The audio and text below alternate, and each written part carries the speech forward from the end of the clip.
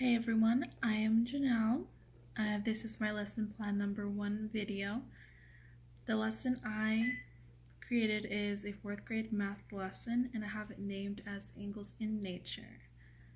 So the objective I have is, after walking to the nearest park, the students will walk around and measure angles in nature with their protractors. After measuring one angle, they will sketch the angle measured on their Angles in Nature worksheet and continue to look for angles in nature with 100% accuracy. So for this lesson, the students need a pencil, their worksheet, and a protractor for each one. They will also need an outdoor area. If you can't get outdoor, this lesson can be done inside, in the classroom, cafeteria, the gym, anywhere that you can get the students to, as long as they have something to measure. So for this lesson, the way that I would begin it is reviewing angles. I would make sure that they know how to describe an angle, whether it's a right, an acute, obtuse, straight. Make sure they remember that vocab. Another thing I would do is give out the materials first before we head out to our area. So this would take maybe about 10 to 15 minutes. Their warm-up would also go into this time. So next we would go to our outdoor area. It could be the nearest park, the playground, anywhere that's outside, really. So when we first get outside, I will go over expectations, give some rules, give instruction, and most importantly, give an example of how to measure an angle in nature with the protractor.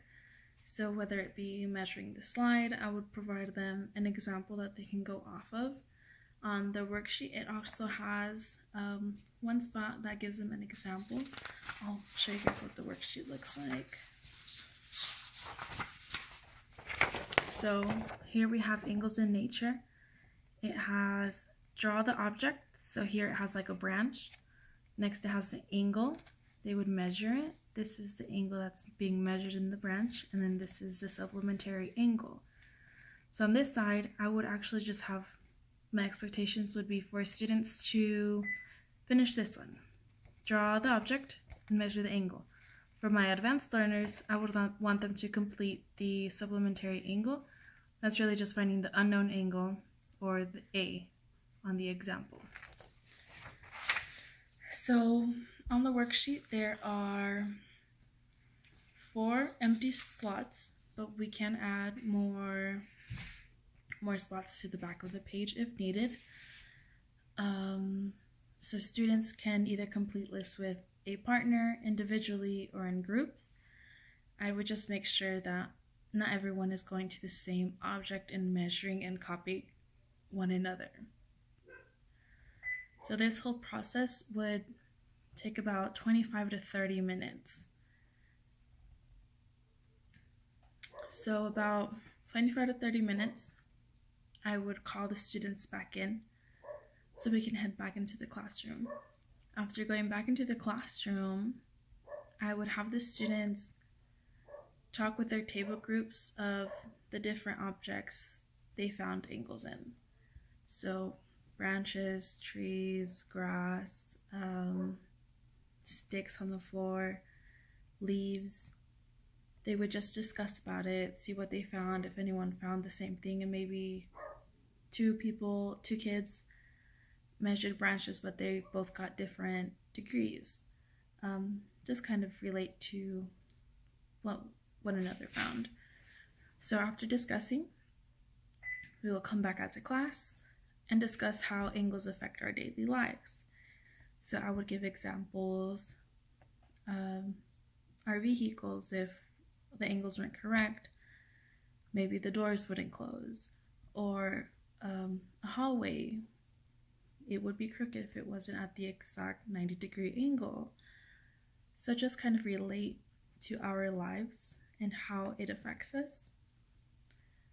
I would also use this lesson as an introduction to our next project that would be creating an angle city. So that project would include just using the protractors and different angles to create their own city, to create one and draw it out on paper. The way I differentiated for my visual learners, they actually get to see the angle visually, like on the branch, and measure it. For my auditory learners, they'll be able to listen to instruction and listen to discussions between students. For my kinesthetic learners, they're going to be allowed to move around and explore on their own. For my advanced learners, they'll be solving for unknown angles. For struggling learners, they can partner up with other students and get instruction from various students. For my ELL, they'll be able to work with a partner and observe other students. For ADHD learners, they can be allowed to explore, or if they need help, they can come with me and I can walk around with them. So from this lesson, I would expect for students to have a greater understanding of angles and how they apply to our everyday life. An extension for this lesson, I have giving the students a list of angles and having them find an object that fits that specific angle. So instead of finding an object and measuring, I would give them the degree of the angle and they would look for something. So to teach this lesson again, if I had to, I would name a specific spot for students to find an angle. For example, find a 45-degree angle in this area, or look for an acute angle in your desk. Anything like that. Anything that doesn't require them to do a whole lot of movement and more, here's your area, look for your angle. So that is my lesson plan. Hope you all liked it.